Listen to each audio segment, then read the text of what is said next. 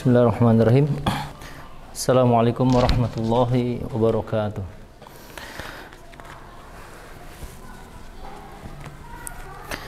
Alhamdulillah wassalatu wassalamu ala Rasulillah nabiyina Muhammadin wa alihi wa sahbihi wa man walah, la haula wala quwwata illa billah.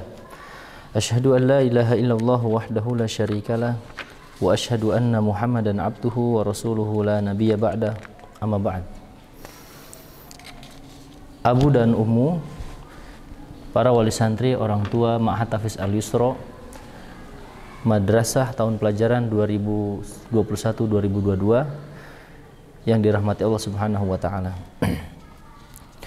Pada kesempatan ini kami selaku kesantrian Ma'had Tahfiz Al-Yusra akan menjelaskan terkait dua hal, yaitu pedoman kesantrian dan pedoman tata tertib orang tua santri.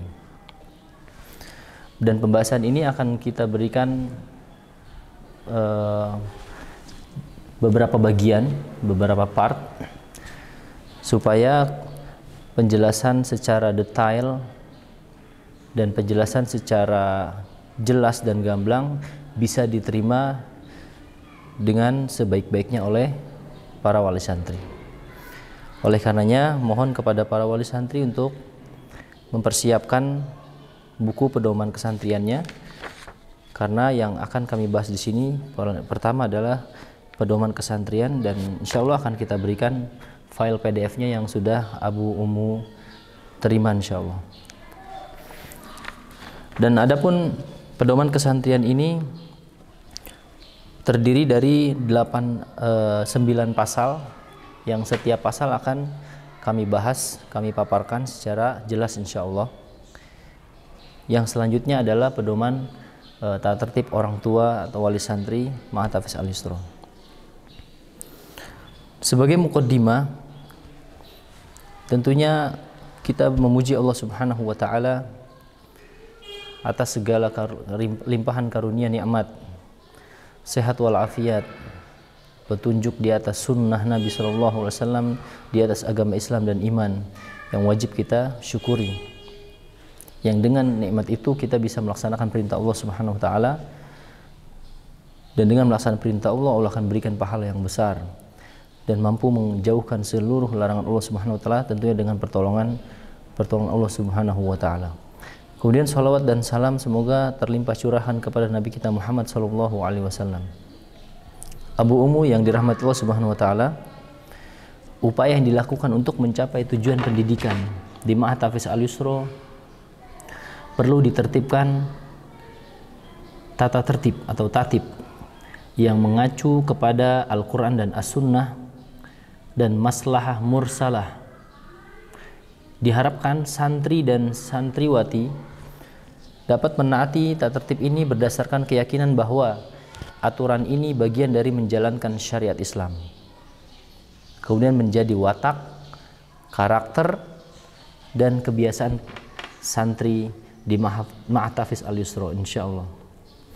Bentuk sanksi yang diberikan bagi pelanggarnya bukan bertujuan untuk menyulitkan, tetapi menumbuhkan rasa tanggung jawab terhadap segala tingkah laku yang baik maupun yang buruk di dunia apalagi di akhirat. Maka keharusan bagi semua pihak, seluruh santri, orang tua atau wali santri, atau para asatidzah, yakni para pengajar, untuk memahami dan melaksanakan aturan ini. Tata tertib diharapkan dapat dilakukan dengan tegas, persuasif, sebagai sarana pendidikan yang efektif. Semoga Allah Subhanahu wa taala membimbing kita untuk mencapai kesuksesan dalam pendidikan, sehingga melahirkan generasi Islam yang diharapkan dapat menyelesaikan persoalan umat dan bangsa sebagai teladan dalam kebaikan, ilmu dan amal. Terima kasih dan apresiasi kepada seluruh asatidzah yang memberikan andil dalam penertiban tata tertib ini, dan semoga menjadi amal soleh bagi kita semua. Jazakumullah khairan katsiran. Abu Ummu yang dirahmati Allah Subhanahu wa taala, demikian pembukaan yang kami sampaikan sebagai muqaddimah. Yang selanjutnya kami akan menjelaskan, memaparkan pedoman kesantrian ini dengan beberapa part atau bagian secara rinci insyaallah. Abu Ummu yang dirahmati Allah Subhanahu wa taala, bagian ini adalah part yang pertama setelah kemarin disampaikan muqaddimah atau di waktu yang lalu. Pada pembahasan kali ini kami akan membahas dua bab insyaallah. Oleh karenanya kepada seluruh orang tua Abu dan Ummu sekalian, silakan untuk membuka buku pedoman kesantriannya di halaman 2, kemudian halaman 3 dan halaman 4. Nah, halaman yang kedua langsung saja pada bab pertama atau pasal yang pertama, yaitu tentang kesantrian.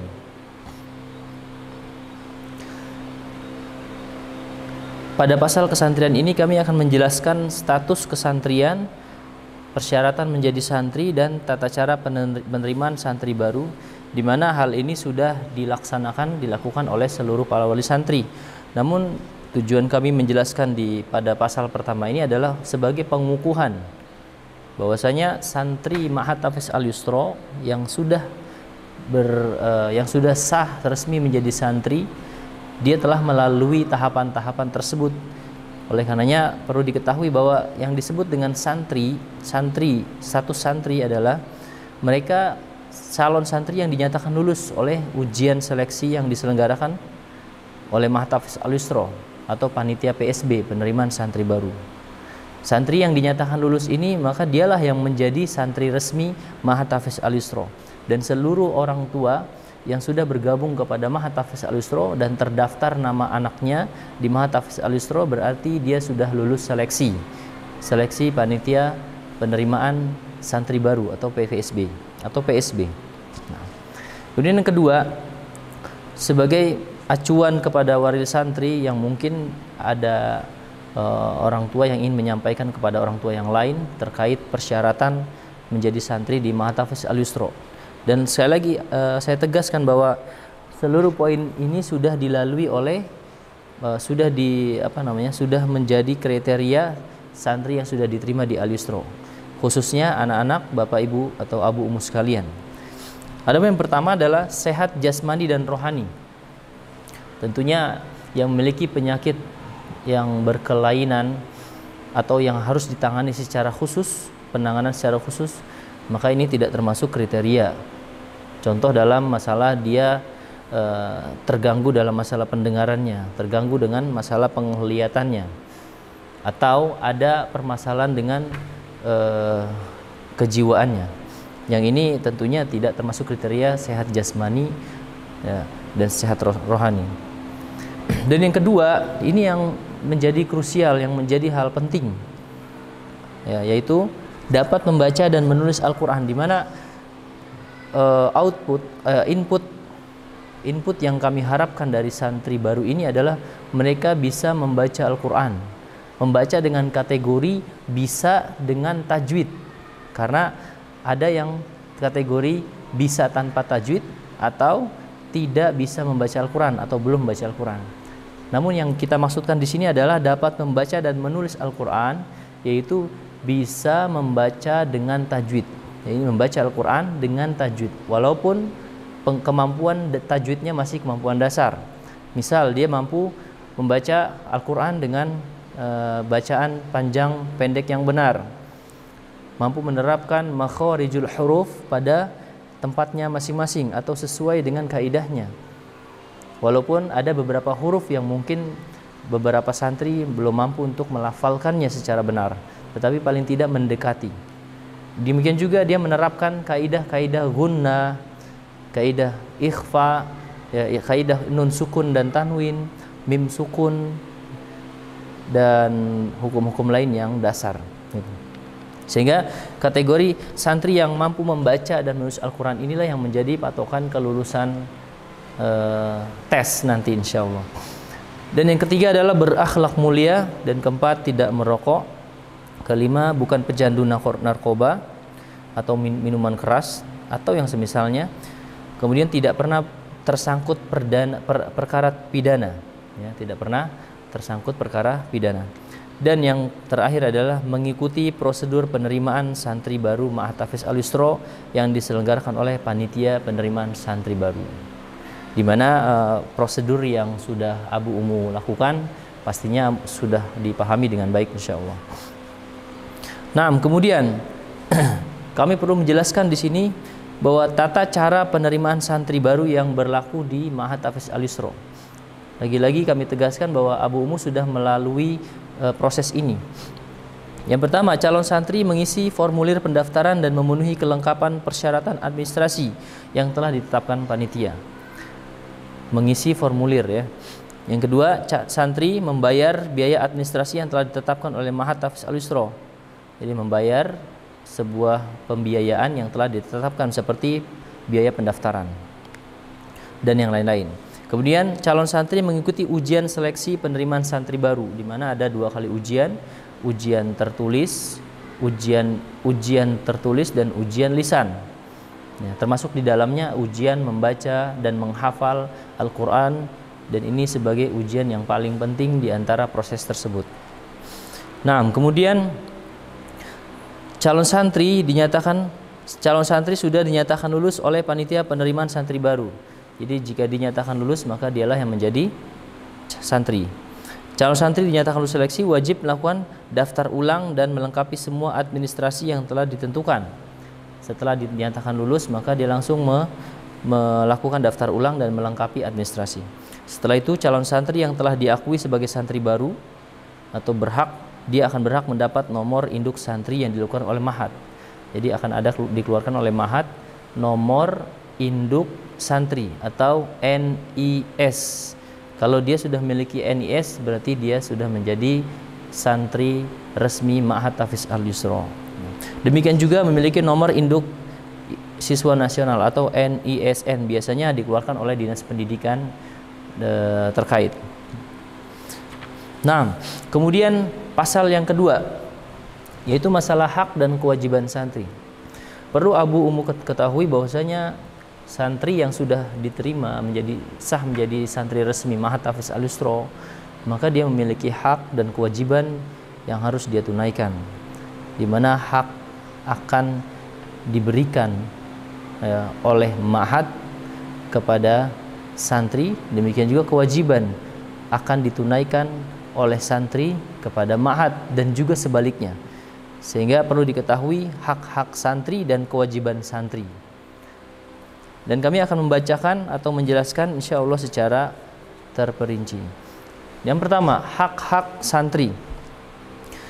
Hak santri, seluruh santri Ma'had Tahfiz Al-Yusra berhak mendapatkan dan menggunakan fasilitas Ma'had sesuai dengan ketentuan yang berlaku. Di mana Abu Umu ketahui semua fasilitas yang ada di sini baik berupa fasilitas pendidikan, fasilitas kesehatan, fasilitas olahraga, fasilitas jajan, ya, dan fasilitas umum dan seterusnya. Semua fasilitas tersebut santri berhak untuk mendapatkan dan menggunakannya sesuai aturan yang berlaku dan secara proporsional. Yang kedua, santri berhak tinggal di Ma'had dan santri mendapatkan perlakuan yang sama tanpa diskriminasi.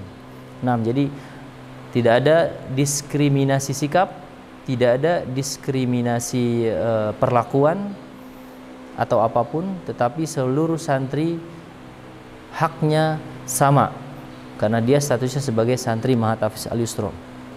Dan kami tidak akan membeda-bedakan siapapun dan apapun latar belakangnya. Ketika dia menjadi santri Ma'had Tahfiz Al-Yusra maka tidak ada diskriminasi dalam bentuk apapun karena statusnya sama sebagai santri Ma'had Tahfiz Al-Yusra. Nah, yang ketiga, santri Ma'had Tahfiz Al-Yusra berhak menyampaikan pendapat, usul dan saran baik secara lisan atau tulisan kepada Ma'had selama saran, usul, pendapat pendapat, usul dan saran tersebut ya, tidak bertentangan dengan syariat Islam serta kaidah umum peraturan Ma'had dan tentunya disampaikan sesuai dengan adab-adab Islam. Pastinya kami tidak menganjurkan dan tidak mengajarkan, bahkan melarang keras kepada santri untuk melakukan hal-hal yang justru berkebalikan dengan adab Islam ketika ingin menyampaikan usul, saran atau pendapat. Contoh, santri melakukan misalkan demonstrasi ya, atau aspirasi santri dengan cara mereka menuliskan sesuatu di kertas-kertas, kemudian mereka mengucapkan yel-yel, berkelompok, berkumpul di depan kantor atau yang semisalnya. Justru hal ini tidaklah dianjurkan oleh agama kita, agama Islam. Nah, kemudian yang keempat, santri berhak mendapatkan perlindungan, bimbingan, dan pembinaan secara berkesinambungan dan sistematis dalam rangka meningkatkan kualitas keilmuan dan praktek keagamaan. Tentunya seluruh santri yang menjadi santri Ma'had Tahfiz Al-Yusra, dia berhak untuk mendapatkan bimbingan tersebut. Dia berhak untuk mendapatkan perlindungan ya, dan bahkan pembinaan secara berkesinambungan. Dimulai dari dia mereka belajar di kelas 1 SMP, kemudian naik kepada kelas 2 SMP, kelas 3 kemudian lulus dan disambung dengan program yang lainnya. Atau dimulai dengan semester 1, kemudian semester kedua dan seterusnya, dimulai dari maddah atau pelajaran-pelajaran yang mudah sampai pelajaran yang paling sulit, begitu seterusnya. Demikian juga pelajaran-pelajaran yang lain seperti di halaqah Al-Quran, dimulai dari juz 30, kemudian disambung kepada juz 29, 28, 27, 26, kemudian juz 1, 2, 3 sampai kepada juz 25. Sehingga para santri mendapatkan bimbingan dan pembinaan secara berkesinambungan dan sistematik, insyaallah. Kemudian Abu Ummu yang dirahmati Allah Subhanahu wa taala, yang kedua adalah kewajiban santri. Santri memiliki kewajiban yang harus dia lakukan. Sebagai santri, dia patut melakukan hal-hal tersebut. Justru ketika dia melanggarnya, maka dia akan melanggar tata tertib secara umum. Adapun kewajiban santri yang pertama adalah menjaga nama baik Ma'had Tahfiz Al-Yusra. Nama baik Ma'had Tahfiz Al-Yusra harus dia jaga dengan baik di dalam pesantren, di dalam ma'had, apalagi di luar Ma'had Tahfiz Al-Yusra.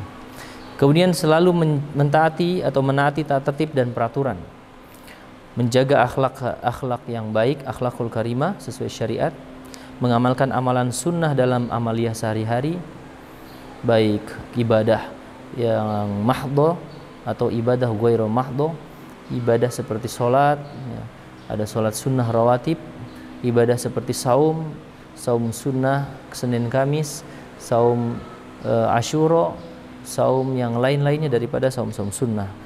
Demikian juga seperti zikir pagi petang, zikir ba'da sholat, demikian juga bacaan doa-doa harian seperti doa dimulai dari sebelum tidur sampai aktivitas yang lainnya sampai mereka tidur kembali. Taib. Kemudian berperan aktif dalam menciptakan suasana ma'had yang kondusif untuk meningkatkan kualitas keilmuan dan praktek keagamaan. Seluruh santri diwajibkan untuk berperan aktif. Dia melakukan aktivitas dalam rangka dia memberikan kontribusinya, kemampuannya ya, kepada Ma'had Tahfiz Al-Yusra di semua kegiatan. Ketika para ustadz misal meminta untuk dia tampil untuk melakukan sebuah setoran misalkan, atau tampilan membaca kitab, atau dia diperintahkan untuk dijadwalkan menjadi muadzin, atau bahkan di ilqa kalimat atau kreasi-kreasi yang lain, maka seluruh santri wajib untuk berperan aktif dalam rangka menjaga menciptakan suasana yang kondusif sehingga bisa meningkatkan kualitas keilmuan dan praktek keagamaan mereka. Demikian juga santri turut menjaga keamanan, ketertiban dan ketentraman di lingkungan ma'had, menjaga kebersihan, kerapihan dan keindahan ma'had, membayar syahriyah atau SPP dan uang jajan santri setiap bulan. Untuk masalah uang jajan, Abu Ummu sekalian yang dirahmati Allah Subhanahu wa taala, kami akan sedikit jelaskan bahwa uang jajan santri yang diterapkan berdasarkan aturan adalah setiap harinya diberikan 10.000 dalam bentuk voucher untuk saat ini. Ya, ini 10.000 setiap hari. Sehingga bagi Abu Umu yang mau menghitung per bulan dengan setiap hari 10.000, dipersilakan memberikan kepada santrinya sesuai dengan jumlahnya. Namun jika Abu Umu memberikan kepada santri tersebut hanya beberapa hari untuk jajan, misal hanya memberikan seminggu dalam sekali transfer seminggu atau seminggu sekali, itu juga dipersilahkan. Namun lebih mudah lagi jika Abu Umu memberikannya setiap bulan sekali dan tidak diwajibkan setiap hari harus jajan. Ini hanyalah bentuknya, walaupun ya ini masuk kepada kewajiban santri, tetapi kalau urusan jajan dikembalikan kepada kemampuan orang tua di dalam memberikan uang jajan. Sehingga bagi Abu Umu yang memberikan uang jajan selama sebulan full dari hari pertama sampai hari ke-30 atau 31 dengan sehari 10.000, maka kami akan memberikannya. Tetapi kalau ada wali santri yang hanya memberikannya untuk cukup 20 hari, maka kami akan memberikan 20 hari jajan saja. Artinya tidak wajib harus sebulan difulkan jajannya. Hal ini dalam rangka melatih kepada santri untuk bersyukur, untuk qanaah, untuk mereka latihan menabung, insya Allah. Nah, kemudian untuk yang ke-9, membayar uang kegiatan setiap tahun. Kemudian kewajiban selanjutnya membayar uang gedung dan wakaf sarana 1 kali selama mengikuti pendidikan ketika di awal pendaftaran, ya. Dan yang terakhir, mengikuti kegiatan yang diselenggarakan oleh Ma'had Tahfiz Al-Yusra, baik kegiatan KBM, kegiatan belajar mengajar yang ada di kelas, atau kegiatan belajar mengajar formal, atau kegiatan belajar mengajar yang informal berupa ekstrakurikuler yang dilakukan oleh setiap santri. Ada yang setiap pekan sekali, ada yang 2 pekan sekali, dan yang ada juga yang per bulan sekali, dan seterusnya, yang sifatnya pilihan atau yang wajib. 6. Abu Umu yang dirahmati Allah Subhanahu wa taala. Kemudian yang ketiga adalah mengenai hak dan kewajiban santri, hilangnya hak dan kewajiban. Maksud kami di sini, kapan santri dinyatakan tidak lagi sah menjadi santri Al-Yusra atau Ma'had Tahfiz Al-Yusra. Seorang santri yang dinyatakan tidak lagi menjadi santri Ma'had Tahfiz Al-Yusra apabila dia melakukan hal-hal yang sifatnya adalah sebagai berikut. Yang pertama, santri tersebut meninggal dunia, ya. Yang kedua, santri berhenti dengan keinginan sendiri. Tentunya berhenti dengan keinginan sendiri harus dengan persetujuan orang tua. Di mana poin A, santri berhenti atas keinginan sendiri dengan persetujuan orang tua. Dan yang kedua, santri berhenti atas permintaan orang tua, sehingga orang tua meminta kepada pihak Ma'had supaya anaknya berhenti dari Ma'had Tahfiz Al-Yusra. Dilakukan dengan membuat pernyataan keluar atau berhenti secara tertulis yang ditujukan kepada mudir Ma'had. Jadi kalau ada wali santri yang ingin menarik anaknya, memindahkan ke Ma'had yang lain sehingga dia tidak lagi berstatus santri di Ma'had Tahfiz Al-Yusra, maka dia menuliskan surat pernyataan keluar dan ditujukan kepada mudir. Kemudian yang C adalah santri yang keluar karena permintaan orang tua atau wali akan diberi surat keterangan keluar dan surat pindah jika dikehendaki. Nah, yang ketiga, hilangnya hak dan kewajiban apabila dikarenakan santri diberhentikan atau dikeluarkan, ya, dari Ma'had Tahfiz Al-Yusra. Abu Umu yang dirahmati Allah Subhanahu wa taala, mengenai santri dikeluarkan atau diberhentikan dari Ma'had Tahfiz Al-Yusra, pastinya terkait dengan prosedur pembinaan kasus, prosedur pembinaan kasus, sehingga nanti pada bab yang dikhususkan mengenai hal ini akan kita rinci insya Allah apa saja tata tertib yang dilanggar, yang kalau dia melanggarnya menyebabkan santri tersebut dikeluarkan sampai pada level dikeluarkan, di mana proses pembinaan ini tentunya dilakukan secara bertahap dan prosedural insyaallah. Adapun yang santri diberhentikan dikeluarkan dari Ma'had Tahfiz Al-Yusra apabila dia melakukan pelanggaran berat level 2. Kategori pelanggaran berat level 2. Karena di sana ada kategori pelanggaran ringan, pelanggaran sedang, pelanggaran berat, ya, berat level 1, berat level 2, dan sangat berat. Ya. Jadi pelanggaran kategorinya ada pelanggaran ringan, pelanggaran sedang, pelanggaran berat level 1, dan pelanggaran berat level 2, serta pelanggaran sangat berat. Nah, jika santri melakukan pelanggaran berat level 2, maka dia akan diberikan peringatan dan nasihat sesuai dengan proses penanganan pelanggaran. Tetapi santri yang bersangkutan tidak menunjukkan perubahan, maka dia akan dikeluarkan sesuai dengan prosedur yang berlaku nanti. Demikian juga santri yang diberhentikan itu jika tidak naik kelas berturut-turut sebanyak 2 kali. Jadi tahun pertama dia tidak naik kelas, dari kelas 1 kepada kelas 2 dia nggak naik. Tahun berikutnya dia nggak naik lagi secara berturut-turut, maka santri yang seperti ini tidak diberikan kesempatan untuk mengulang di tahun ketiga, tetapi dia dikeluarkan dari Ma'had Tahfiz Al-Yusra. Atau yang C, ya, santri diberhentikan, dikeluarkan dari Ma'had Tahfiz Al-Yusra, dia keluar meninggalkan ma'had tanpa pemberitahuan dan keterangan selama 15 hari berturut-turut, maka secara otomatis dinyatakan keluar dari ma'had. Misal seorang santri dia kabur, ya, lari dari Ma'had Tahfiz Al-Yusra tanpa ada konfirmasi sampai hari ke-15 berturut-turut, tidak ada konfirmasi dari pihak keluarga, bahkan tidak ada konfirmasi dari anak atau santri yang bersangkutan tersebut, secara otomatis maka dia akan dinyatakan keluar. Kemudian yang D, bersikap dan melakukan tindakan-tindakan yang bertentangan dengan kaidah agama Islam. Tentunya kaidah agama Islam yang sangat luas terkait dengan perintah-perintah, larangan-larangan yang berdasarkan Al-Quran, berdasarkan As-Sunnah, dan pemahaman para as-salafus soleh yang kita jadikan sebagai patokan kaidah agama Islam ini.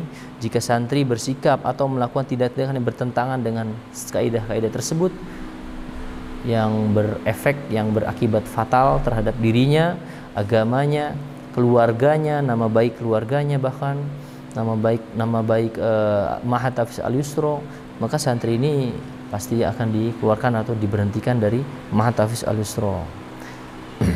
Sebagai contoh, misalkan seorang santri melakukan tindakan-tindakan yang bertentangan kaidah agama, dia melakukan praktek kesyirikan misalnya. Misalkan santri tersebut membawa ajimat-ajimat, membawa ilmu-ilmu perdukunan, ya, atau ilmu-ilmu syirik lainnya, yang itu jelas perbuatan yang dikutuk, dimurkai oleh Allah Subhanahu wa taala, dan pelakunya termasuk pelanggar dosa besar yang paling besar. Demikian juga misalkan dia melakukan hal-hal yang menjelekkan nama baik Ma'had Tahfiz Al-Yusra, santri tersebut misalnya melakukan misalkan melakukan perzinahan, wal'iyadzubillah, melakukan perzinahan dalam bentuk yang hakiki maupun yang hissi, perzinahan yang dengan jelas-jelas dilakukan dan ada saksi yang melihatnya, maka yang seperti ini naudzubillah min dzalik, dia akan diberhentikan karena melanggar kaidah agama Islam. Atau contoh-contoh yang lainnya yang nanti dituangkan dalam bentuk tabel pelanggaran-pelanggaran. Jadi jenis pelanggaran serta kategorinya. Demikian juga yang E, melakukan pencemaran nama baik Ma'had Tahfiz Al-Yusra. Dan yang terakhir, santri yang diberhentikan dikeluarkan akan diberi surat keterangan keluar atau surat pengembalian tanggung jawab pada orang tua. Jadi jika santri sudah tidak lagi berstatus sebagai santri Ma'had Tahfiz Al-Yusra, maka dia akan diberikan surat keterangan keluar atau surat pengembalian tanggung jawab pada orang tua atau wali. Nah, demikian Abu Umu yang dirahmati Allah Subhanahu wa taala, penjelasan dua pasal, yakni pasal kesantrian dan pasal hak dan kewajiban. Selanjutnya insyaallah akan kita bahas pasal berikutnya. Bagi Abu Umu yang ingin menanyakan sesuatu terkait dua pasal ini, silahkan ditanyakan langsung, dan insya Allah akan kita buka forum tersebut di grup WhatsApp Wali Santri dan sesuai dengan jadwal yang telah ditetapkan. Wallahu a'lam bishawab. Wa sallallahu ala nabiyyina Muhammadin wa akhiru da'wana alhamdulillahirabbil alamin. Wassalamualaikum warahmatullahi wabarakatuh.